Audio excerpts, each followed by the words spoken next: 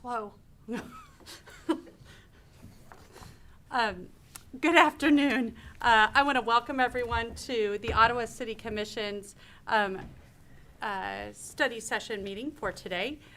Thank you so much for joining us, and thank you for being here. And save the life of me, I don't have the right agenda. I have December 1st. I'm looking. Hey, all right, thank you.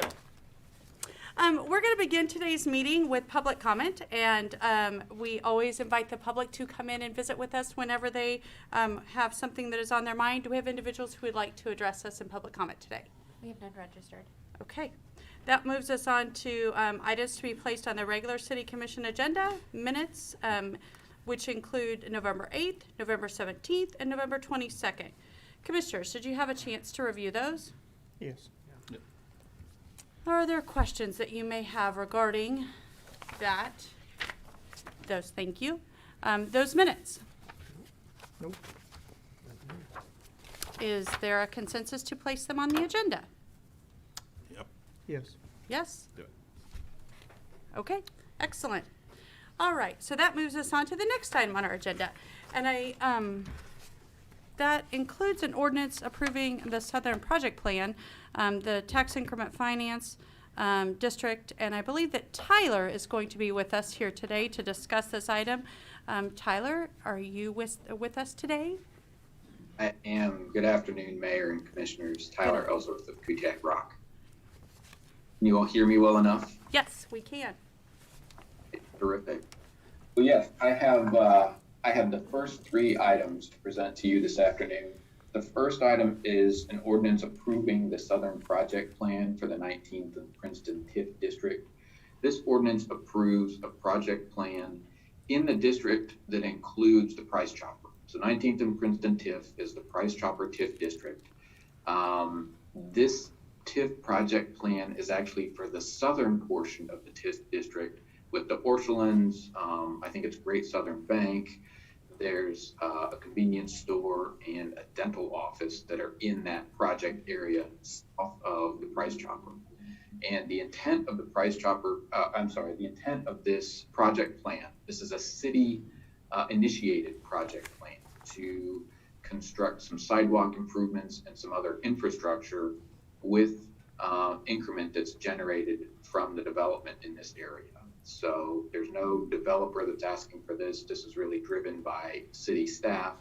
And this ordinance would approve the use of this TIF revenue, this TIF increment revenue for these infrastructure costs. So I'm happy to answer any particular questions, but that in a nutshell is what this item's about.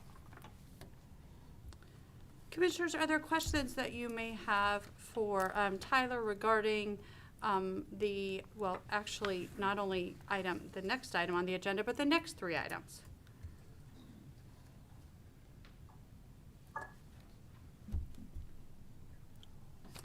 Mayor, I should probably mention, I have a little bit more to share of three, but I thought we'd cover that separately since that's a separate project. We will. We will start with questions regarding the Southern Project Plan, which is at 19th and Princeton. Questions for Mr. Ellsworth? All right, you did hear that I offered they could ask any questions they wanted for the next three items, which means they have no questions. So I'm going to let you, Tyler, talk about the next item, which is ordinance approving the Premier Auto Project Plan and approving the development agreement with the South 59 District. Tyler, what do you have to tell, or Mr. Ellsworth, what do you have to tell us today regarding that ordinance?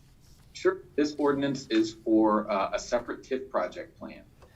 A TIF project plan for this second ordinance is for infrastructure that relates to a new car dealership. So the city has yet another TIF district. It's the South 59 TIF district. It includes Love's. It includes much of the area north and south of 23rd Street, just north of I-35. It includes the nursery property and the existing Jeep Chrysler Dodge dealer, which is west on 23rd Street, has requested assistance in putting infrastructure in that's associated with one and potentially two new car dealerships at a new location at 508 East 23rd Street. And so this TIF project plan authorizes the use of real property tax increment to reimburse the developer for certain infrastructure that they're going to need to put in here. I mean, it's going to include street work. I think there's a turn lane. There's probably some grading. There's various other line items associated with building out these parcels for the new dealerships. And that's what this ordinance and this TIF project plan put in place. There is also an associated development agreement with this developer that staff is in the process of hammering out with the developer at this point. Assuming that those negotiations proceed, we would be ready on December 15th to request approval of that development agreement at the same time this TIF project plan is approved. All that would occur under this single ordinance that's item 2 here. Commissioners, are there questions that you have for Mr. Ellsworth regarding the Premier Auto Project plan on South 59 TIF, the South 59 TIF? I guess I just have a question that I probably know the answer to, but I'm going to ask it. The project that you just talked about, the auto project, that area was already in a TIF area, right? Due to Price Chopper and the Southern Project Plan and the Loves and all that stuff, but we still have to authorize them to be eligible for a TIF project, right? I mean, they just can't do it and expect a TIF without our approval? Correct. Within one TIF district, which can be very large, there are separate TIF project areas, which are smaller discrete sections of that TIF district. And for each of those TIF project areas, such as the new car dealerships in this case, the property owners can request using that tax increment to offset certain eligible infrastructure. Because they have to have a specific dollar amount they're asking to be approved, to be paid back with the improvements. That's exactly right. And that's why we have the development agreement to spell out exactly what that dollar amount is and what the rights and obligations are of the city and of their private partner here to make that reimbursement happen. Okay, thank you. Commissioners, other questions regarding the Premier Auto Project Plan, South 59 TIF District? All right, that moves us on to the resolution of intent for IRB's industrial revenue bonds for the Premier Auto Project. Mr. Ellsworth, what do you have for us today? This relates to the Premier Auto TIF project. The developer has requested incentive in 2 different forms. One is through that property tax increment to reimburse the developer for certain infrastructure costs.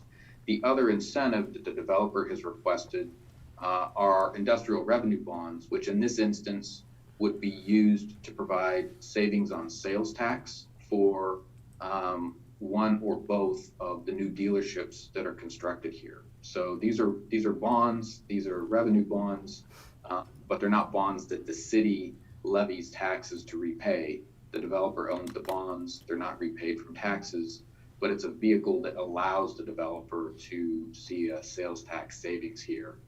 Again, just as we're in negotiations with the developer to get everything, the TIF project plan, the development agreement, all ready for final approval, hopefully on December 15th.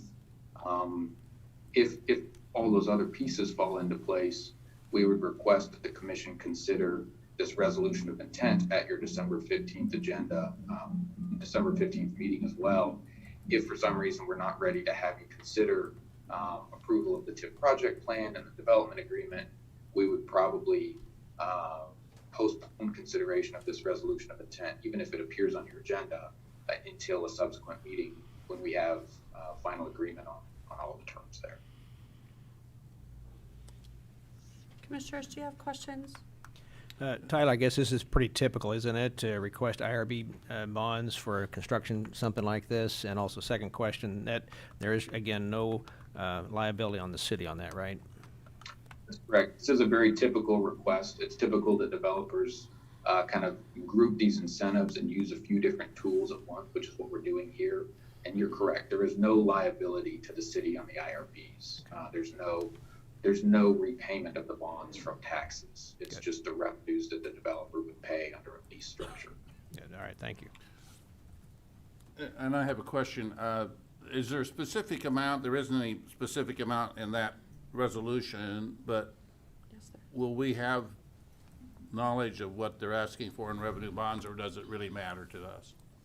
I think we do want to know. I believe the resolution has a bracket dollar amount, and I think off the top of my head that was $3.6 million.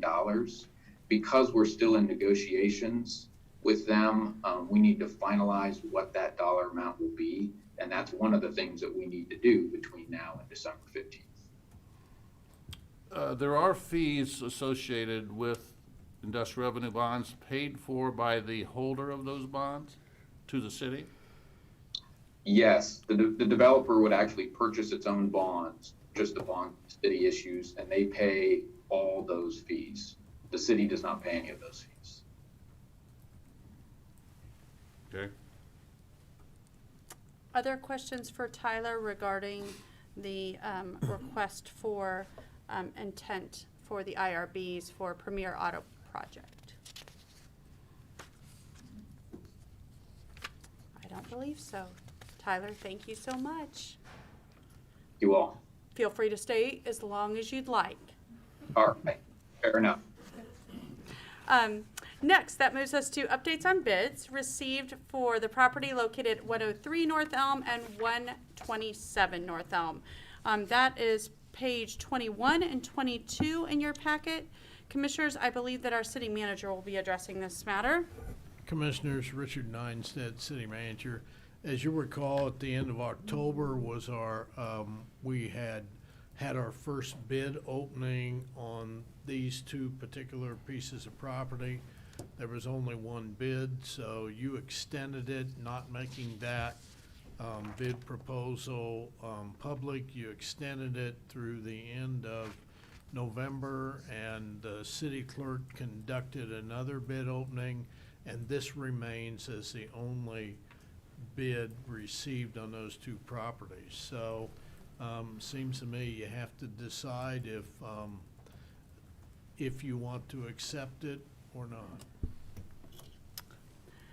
Commissioners, the bid was received, and the bid is detailed in your packet from Diane Coates, and the bid was in the amount of $2,275 for both lots. I'm going to open that up for discussion on what you would like to do, Commissioners, regarding this particular bid. I do have a question on this. And maybe Wendy or Rich can answer this question, but does this, if we sell this, does this obligate us to do any kind of street work as was mentioned in the letter?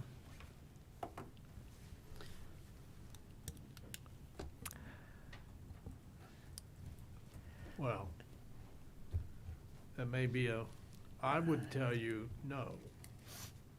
And by our policy, I would say that if somebody wanted to develop the second lot, they might be required to either have us consider whether that we should vacate that right of way and allow for a driveway there, or develop a street. We considered it not an open street. So our policy is that then for those lots to fully develop, they would need to extend infrastructure. When I talked with people who were considering making an offer, I suggested that they'd be easily able to develop the property that fronted first, Yeah. and that the other would just be green space. Or someone could get together with the intermediate the property in between and the property on the far end and come up with a PUD or something else and still use the frontage off First Street to avoid extending the infrastructure unless they were gonna do enough development in there that it was gonna warrant that. One other unit, it's not cost effective to build a street down there for a unit.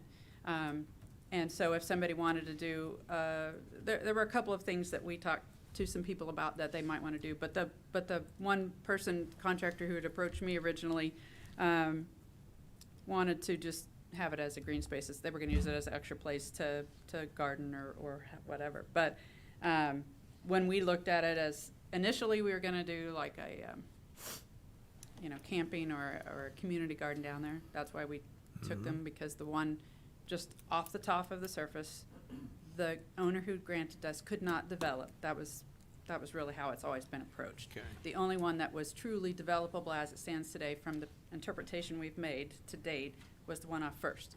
If the governing body felt that that street that runs north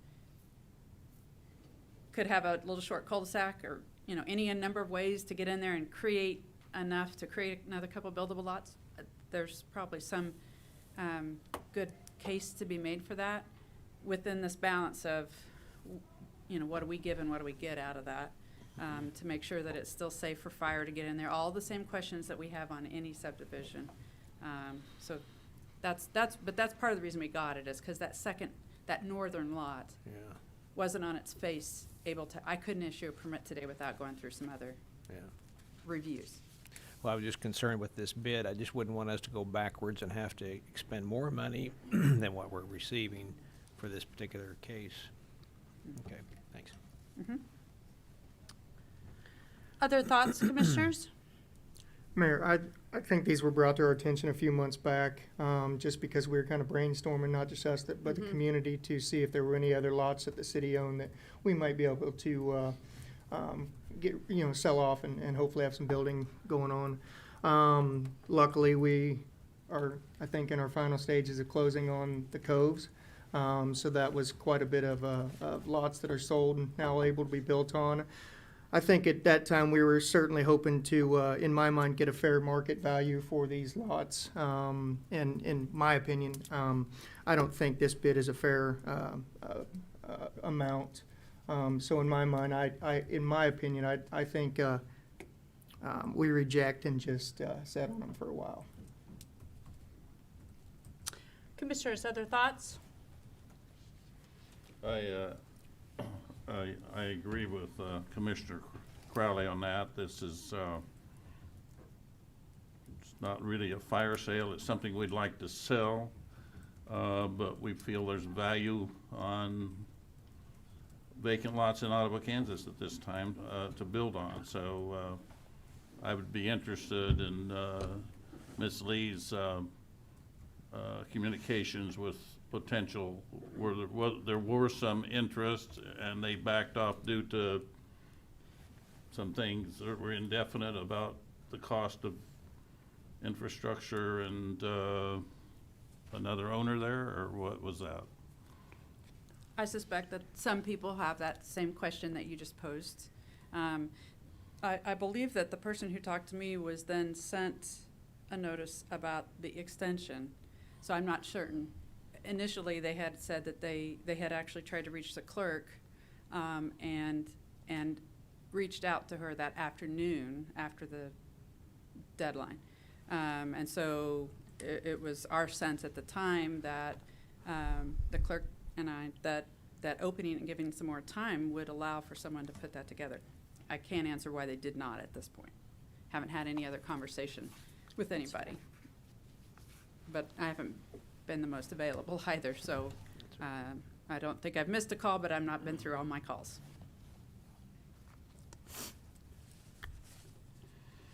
I agree with Commissioner Crowley. The offer, as Commissioner Wygant had said, this is not a fire sale. We are not desperate to get away to give these lots available. And I know that Mrs. Coates did indicate that at some point she would be building, but we have an issue in which we need building to happen quickly. So I don't know that would happen with this particular plan. And I do think that it's the right thing to do for taxpayers who own this lot to reject the bid and leave it in the city's care. Are there other thoughts? I think we actively pursue other bids, or let it be known that they are for sale. If we want to put a base price on them, maybe, but let's keep them on the market. Yeah, I would But agree with that reject too. this bid. I would agree with that too. You know, these lots are still for sale. If they have the right amount of person coming up, I'm fine with reconsidering the resale. But at this price, I agree. It's just too low. I wouldn't be against, keeping them open for any offers, just like we did with the Coves. Commissioners, I really am actually looking at our city attorney to see, do you want this to happen, do you want a motion, and do you want this in a regular meeting? Do you want this to happen here? How would you go about advising us to move forward on this particular bid? You all can determine the timing, whether this meeting or a future meeting, but I would recommend that because you have received a bid, that you have a motion to reject that bid. It sounds like there's general consensus that you don't believe the offering price or the bidder is sufficient. And so a motion to reject the bid would be in order. I'll make that motion to reject the bid. Is I'll there s- a I'll second? second. It's been moved and seconded that we reject the bid that was received for 103 North Main and 127 North, 103, correction, 103 North Elm and 127 North Elm. Is there any discussion? If not, we will proceed to vote. How do you vote, Commissioner Graves? Yes. Mayor Pro Tem Crowley, Yes. Commissioner Weigand, I vote yes. Commissioner Skidmore, Yes. and Mayor Kaler. And I vote yes, motion carries. That moves us on to the funding agreement between Franklin County Development Council and Franklin County for 2022. I believe that Paul Bean is here to discuss this. Paul, what do you have for us today? Good afternoon, Commissioners. This is just, I think, our annual process, coming to ask you to continue to fund FCDC at the levels that you have for a number of years now. We haven't asked for any kind of increase, and hope that you will continue to fund us at the current level for 2022. Are there questions for Mr. Bean regarding the document that is before you? Paul? Yeah. In here, it says that you'll have 10% set aside for a project fund. Can you give me an idea of what some of those projects look like, or what you've done? Well, what we do is if we generate a surplus, we put that back in the reserve, and the idea is that reserve's there for a number of purposes. One, if we have a special project, such as year before last, we allocated extra funds for marketing materials, new website, new web page, that type of thing, which certainly has positive impact for us today. It's also money there if we're working in negotiations and we need a little extra money to sweeten the pot. That's available to do that, to kind of get a deal across the finish line, is the intent for anything in reserves. Thank you. I know that, Paul, we did discuss this last year about changing the 10% yearly contributions, but the document that is before us reverts us back to the 10%. No less than 10% of yearly contributions from the county and the city will be put into a project development fund. Yeah, I'd miss that. I'd like for us to keep it the way we agreed earlier in the year. Would you like to bring us a modified or an up-to-date? That's a document that came from city staff, so however, but we'll have to take it back to the county and start over again, I guess. But yeah, we can do that. So this document's already been approved by the county? County's approved it, yeah, so we should probably start over. Okay. I would say we might want to look at it again unless you want to revert back to the 10% yearly I'd contributions. Prefer not to, yeah. And then I know that when we had that conversation about project funds and about the excess going to project funds, that you would kind of get us an update on that. When you bring the updated account, would you also bring to us kind of some information about what you think you'll be putting into that project fund for this year? I know that you were, Franklin County Development Council was able to take advantage of some PPP, right? I want to make sure I have the right letters there. dollars and things like that that might have offset, that would give you some additional funds that could be put into that project fund. Do you think that you could bring us a report on that? Yeah, I can bring you, in January, I should be able to bring you the year-end financials. You get the monthly financials, so you kind of see how it's going, but you'll certainly get the year-end financials. We'll be able to see it at that time. Yeah, absolutely. Sure, and I appreciate all that you give us regarding financials. I guess I was just trying to figure out with the new year and how the change in the agreement went, what we're looking at Sure. for being able to set aside for what's called the project fund, the slush fund, the additional fund, the sweeten Right. the pot fund. Yep. And so just to kind of look at how that looks for us Be glad to. as a community. Yep. Great. Paul, have you had the opportunity to use any of those funds, is the reserve growing, or do you use it? throughout the Like I said, year? last year we used some because we basically replenished our marketing materials. We didn't have any current marketing materials, didn't have a current website, some of those types of things, so we invested some of that. I'm waiting to see how we come out on the budget here this year.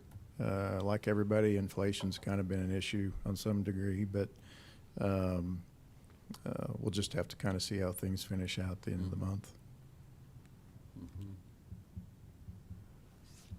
Perfect. Well, we'll look forward to having a new agreement with you and having a conversation with you even as early as maybe next week. Okay, we'll All do right, it. perfect. Thank you. Thank you, Paul. Appreciate it. That moves us on to the resolution approving the execution and delivery of an agreement to release and assign the city's opioid claims to the Kansas Attorney General. City Manager Neinstead, City Attorney Finch, would you like to address this? Do you want me to start? How would you like to move on this one?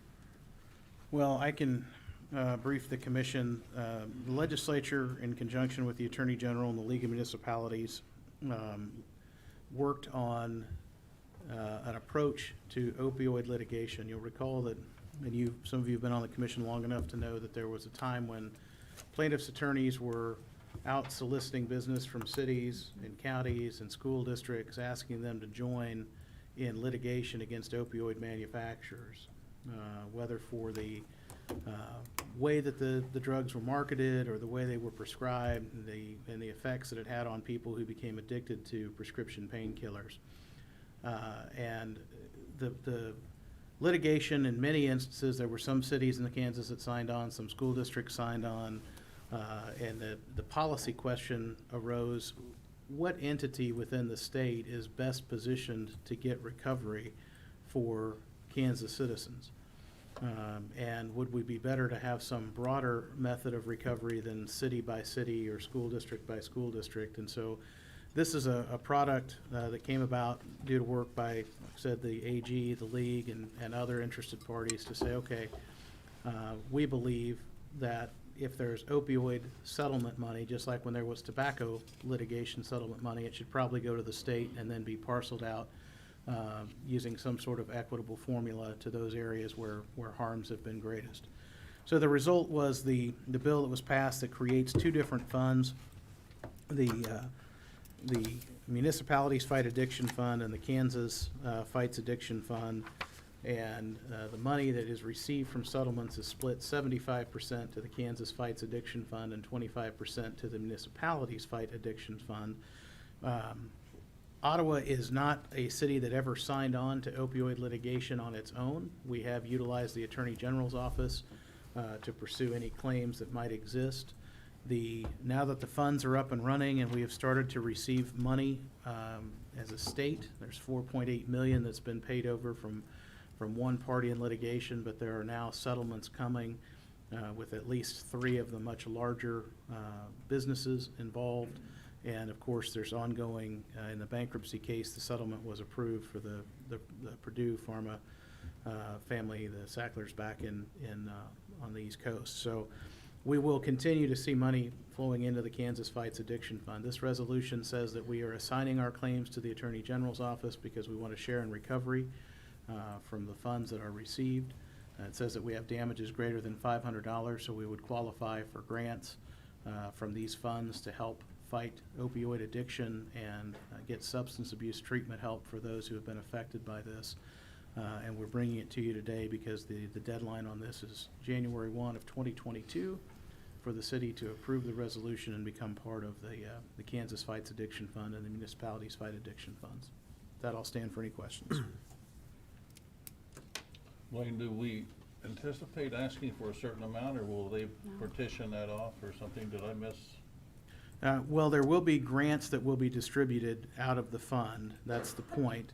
But that would not be something the city commission alone would do. That would be working with the Elizabeth Layton Center, working with Advent Health, working with our county and school district partners to say, what is it that might be most effective? But We're just notifying we're interested in participating. right, we're saying we've been damaged. We can't quantify how much, but we know it's more than $500, and that we intend to assign our right of recovery to the Attorney General's office. Please, on our behalf, receive funds from the settlement, and then we'll be eligible to participate in seeking grants for substance abuse and opioid remediation funds and programs here in Ottawa. So they developed a formula to determine how much would be eligible for a city our size, or is that yet to be determined? Well, there's an 11-member board that will hear the applications, that appointed by various legislative and executive branch authorities, to hear those applications when they come forward. And the idea is that, those are fairly distributed throughout the state, so they're not all concentrated, say, in major urban areas like, Shawnee County or Sedgwick County or Wyandotte County, and that they're kind of fairly distributed based on population and impact. But we don't have the formula yet, Commissioner Skidmore, for how that will be distributed. Okay, good, thanks.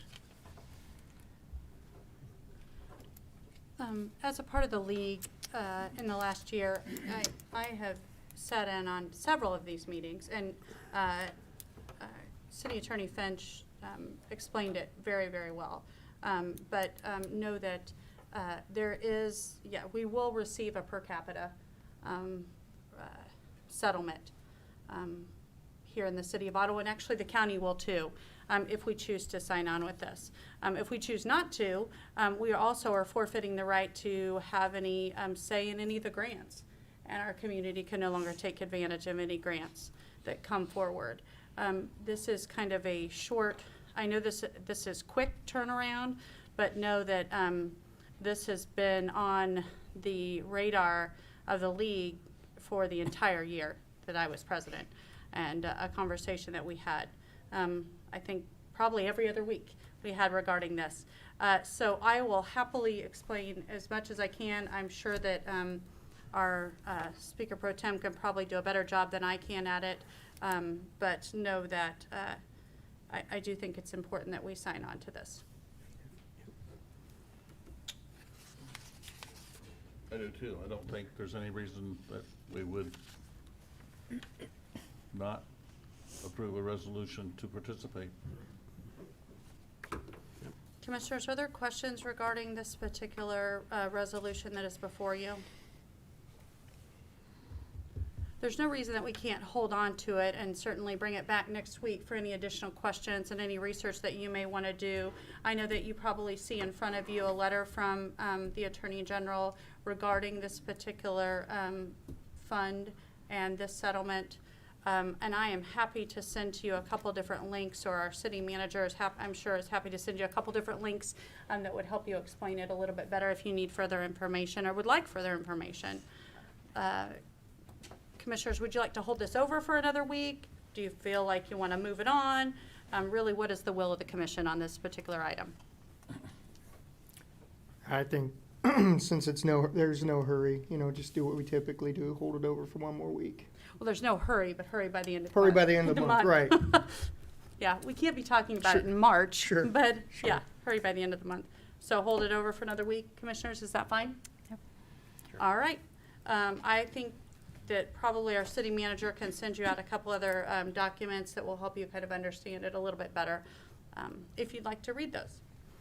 That moves us on to comments by our city manager. City Manager Neinstead?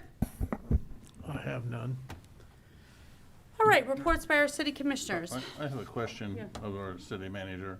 Are we gonna talk, or do we have any more guidelines of how we can use the funding from the SARS or due to the pandemic funds that we have, I think. Are you talking about ARPA funds, Yeah. Commissioner? Well, Commissioners, we are still working on that. The final rules have not been issued by Treasury yet, and you actually have, until when, 2024? 2 years. Yeah, they need to be encumbered by the end of 2024, but actually you have some additional time after Right. that to even expend So- those funds. We are still working on that. We have just simply not found the time on your agenda to be able to go through it with, think about how full your agendas have been. But we're still working on potential projects for you to look at staff level. And then Sarah might know, and Blaine. And I might too. add, Commissioner, that I don't believe the county is still doing the same thing we're doing. Which brings up another question, as far as the infrastructure bill, the county's doing some prep in case they would get a grant or some funding for infrastructure improvements. Have we thought about what we would use, some kind of a windfall out of the infrastructure? Have we got a priority list or any of that going on? Commissioners, the city is always thinking about what we would do if we had federal money or we had additional state money. But we have no information yet on the federal infrastructure bill. I did sit on a very slight briefing in the last couple of days. And from what they said, what you see is not necessarily what you get. So we need to see the final. Not all of that money is going to go for in-the-ground construction. There's a considerable amount of money in there dealing with lead pipes. Considerable amount of money there going to the state loan programs. And there may be about that much money, if they figure out what the rules are, on where we can perhaps be able to have some additional money towards our traditional infrastructure needs. But at this point, there's been no briefing come from the federal government, and there's been no final rules on that one either. But we constantly we constantly are looking for information on that between the Director of Finance, between the Director of Utilities, between my office, and also at the league level. So when that information comes out, we're able to get that. Okay, thank you. City manager, you're done? I'm done. Okay. Well, unless there's any more questions. Okay, well, there may be. Reports by our city commissioners. Mayor Pro Tem Crowley?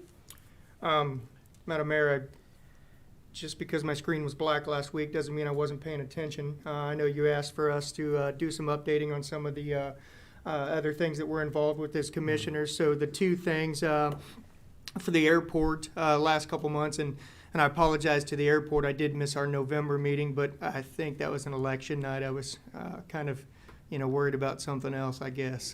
But we've been mostly talking about the capital improvement plan out there, and also just as the commission is dealing with the FBO, just to see how we want to continue progress on that. And then the other organization I'm involved with is the chamber. And as you can probably tell from this side of the room, we have much better leaders today, including Paul, because we did 2 days of training last week. So as you can see, the aura of leadership is just beaming from this side. So, but it was great training. I really do think it was useful. And then the chamber has a open house from 11 to 1:30 on the 16th. I just wanted everybody to know about that. So, other than that, I don't have any report. Great.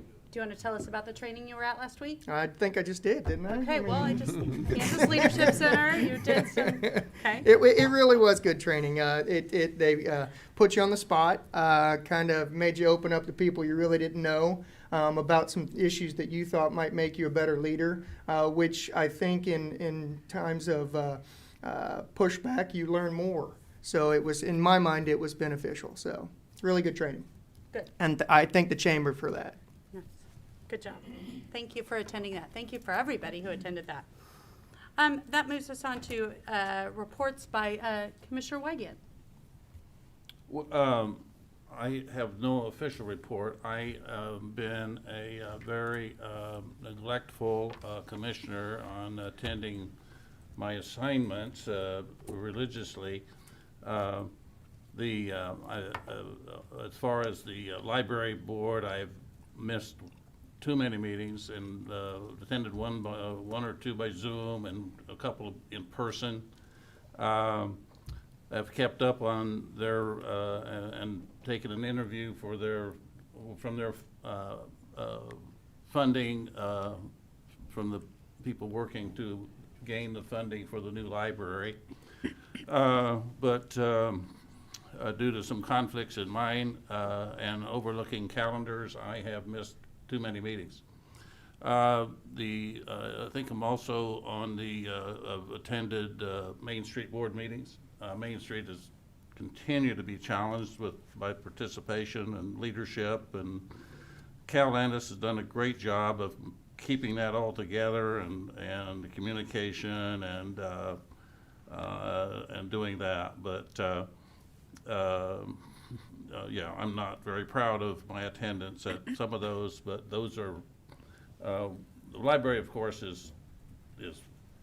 runs extremely well, and Main Street continues to struggle a little bit, but I think they eventually will get it together, and they're doing some good things. They did a nice job on the Christmas parade, but other than that, I don't have any other report. All right, thank you. Commissioner Skidmore?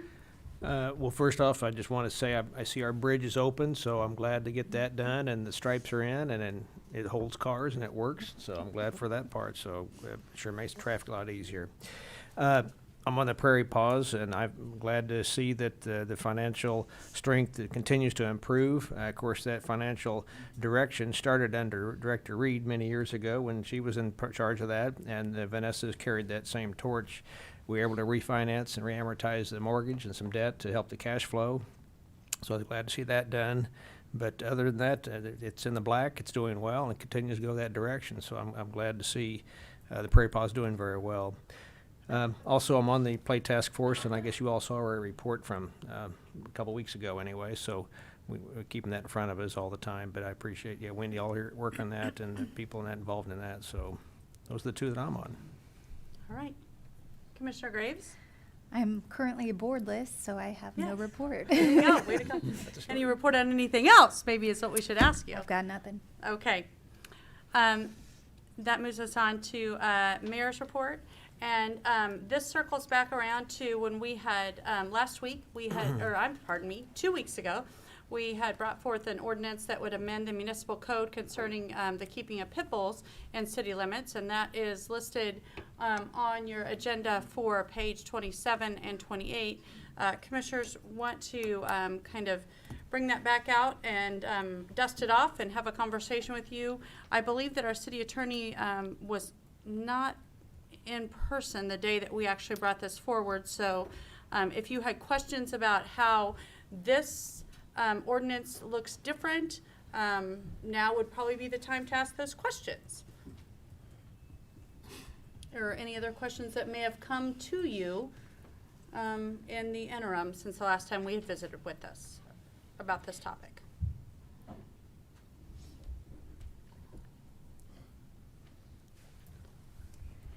Not everybody speak at once. Is there, does the commission, would they like to see any movement on this process?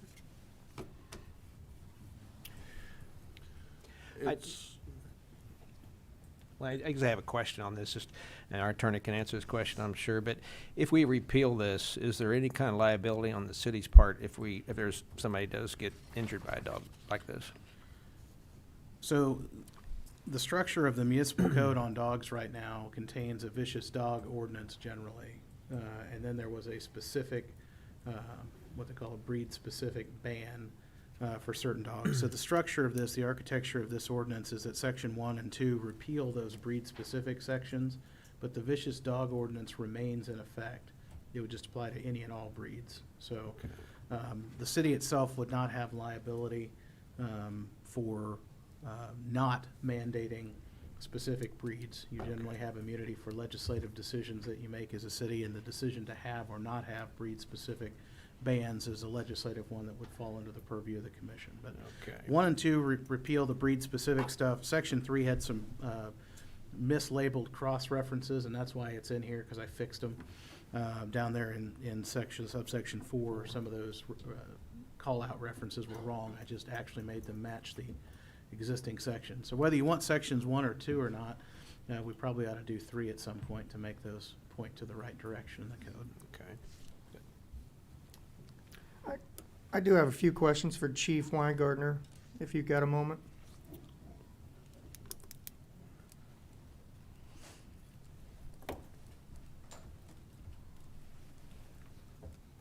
Good afternoon, Chief. Hello. Do you have any statistics, and maybe you've shown them to us before, but I'm not seeing or remembering, of, I guess, animal attacks, dog attacks, and then breed? And then also, if you've had any encounters with pit bulls recently or over the last few years, and if you've had to, I guess, take the dog away. Do you have any information about any of that? Yeah, I can get you specific statistical information that you'd like to look at, but in your monthly packet, one of the reports that we create or generate is a citation by violation. So any dog ordinance violations that have occurred within that 30-day period, whether that is the vicious dog ordinance or specifically the breed-specific ordinance violation, those would be listed in there. So there is some historical data that we can go back and look at, but to put it together in one place would take a little bit of time, but we can do that, certainly. So it would say breed specific. Your monthly report does say breed specific. It would be the ordinance listed here, which Okay. is the possession of pit bull within the city limits. Okay. That would be the violation of the city ordinance, and that's what the tick would be. So yeah, that would be on there if we'd issued a citation for that. We did have a pit bull attack last week, timely enough in this conversation. It was somebody that did not live in the city that had a dog in the city limits, and it bit a subject that required medical attention. Just looking back at the few we've had, about 11 violations of the pit bull ordinance specific in the last 3 years. And we've had about twice as many of that dog bites, and of the dog bites in that same period of time, there were pit bulls that had bitten. So, but I wouldn't want to say specifically without going back and looking at that data. But it can be easily retrieved out of our records management system to provide if you'd like that. Please, thank you. I've had a few conversations with some folks about this ordinance for sure, and I think their concern is that all attacks are by pit bulls, and unfortunately, if we repeal the fact that, or we repeal the breed-specific part of it, that everybody's going to run out and get a pit bull, and then it's just going to escalate those attacks. So if I could have some of that information to shoot back at them with about not everything's just that breed. So. Yeah, and keep in mind the fact that we do have a violation ordinance of possession of the pit bull. It'll skew the data for a little while until if that ordinance is repealed, it'll take some period of time in the future to start accurately addressing what animals are biting. And we did have a recent case, in fact, one in court last week, where another canine was attacked or injured by a pit bull, and that owner went through some significant medical costs to have their dog treated at a local vet, and through the municipal court process was able to recoup some of those expenses that they paid, and it was pretty significant. Thank you.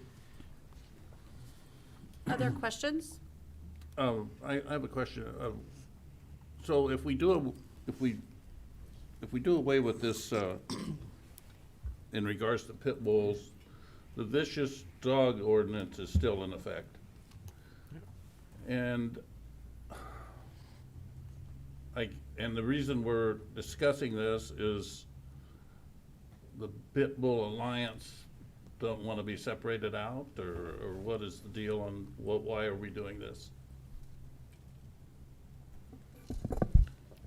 Commissioner, I was asked to draft the ordinance by the mayor. That's why it's before you today. You'd have to ask her. Mayor, what Yeah, is, that is what correct. is the reasoning? No, and actually, I haven't been approached by any alliance. There's been no alliance that has approached, because I would I actually. say that facetiously, but I mean. Well, I'm it's- just it's saying, but I would also have to discriminating. disclose that. I mean, for full disclosure, my view on it is just that I thought it was time that we modernize, and that a vicious dog can be a black lab, can be a chihuahua, can be a pit bull, can be a golden retriever. And that is covered, every breed is covered under vicious dog, right? There's no breed that we say, yeah, golden retrievers aren't included in that. No, there still could be a vicious dog. I mean, any dog could be a vicious dog. I have a friend Yeah. that keeps 2 alpha Labradors, which I don't understand why, but they can be. And how do we tell a vicious dog only after they have hurt someone or torn another animal up or a person's been injured? How do we know they're vicious until they actually do this? Generally speaking, the answer to your question is yes. It would be based on the behaviors of the animal. It does not just require it to be a bite in order to be vicious. There are some actions, such as the lunging or aggressive behavior, that can be considered vicious animals by our ordinance.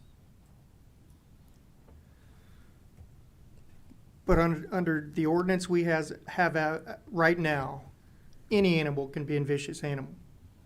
The only difference we're doing here is if we approve this new resolution, is allowing pit bulls to be in the city of Ottawa. Yes. Yeah. Any animal can be a vicious dog. We are saying 0 pit bulls are allowed regardless of their demeanor in our community right now, regardless of their demeanor. And I guess our own police dogs will be exempt from this, right? I mean, they will lunge at a bad guy, right? But we can, That is correct. okay, we'll make sure we clarify that. Other questions, commissioners? It appears as though Mayor Pro Tem Crowley did ask for some data, and so we'll probably need to wait to move on that until we have that data. Is there other data that you'd like our police chief or other individuals in this room to collect so that you can make an informed decision on whether or not you'd like to move this ordinance forward? How does it change your job, Chief? A vicious attack by a pit bull or a vicious attack by a Labrador or whatever is an offense. So that your job would be that you don't have to just pick up pit bulls wandering down the street or in care of an owner because it's illegal to have a pit bull in Ottawa. Is that the change?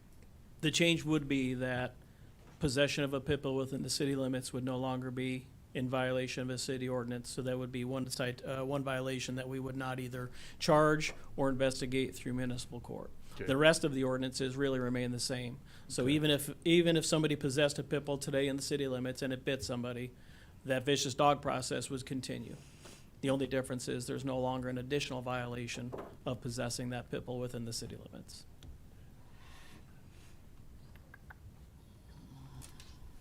Any other questions, commissioners? We'll wait until you can bring that data forward to us, but we appreciate it. Okay. Thank you so much. And if you consider you have a eureka moment after this and you'd like some more information, please get with our city manager so that he can request that data. On to reports by commission or appointments that I am on as the mayor. I am a part of FCDC, and as you know, with the conversation that we often have with Paul, that continues to be something that is moving forward in an ever-moving process. I did take on the duties of neighborhood revitalization when Commissioner Jorgensen left, and I have signed all those documents and reviewed all of those packets since he left the city limits. And I also am on the KMEA board and have participated, 6 weeks or so ago in their annual conference. I'm looking over here at Director Tharp because he was a part of that too, as was our city manager. And I think that we'll be having some celebrations to have from that conference here hopefully soon, maybe at our next official meeting, correct? Some celebrations from the KMEA conference? Yes? I believe that's correct. Yeah.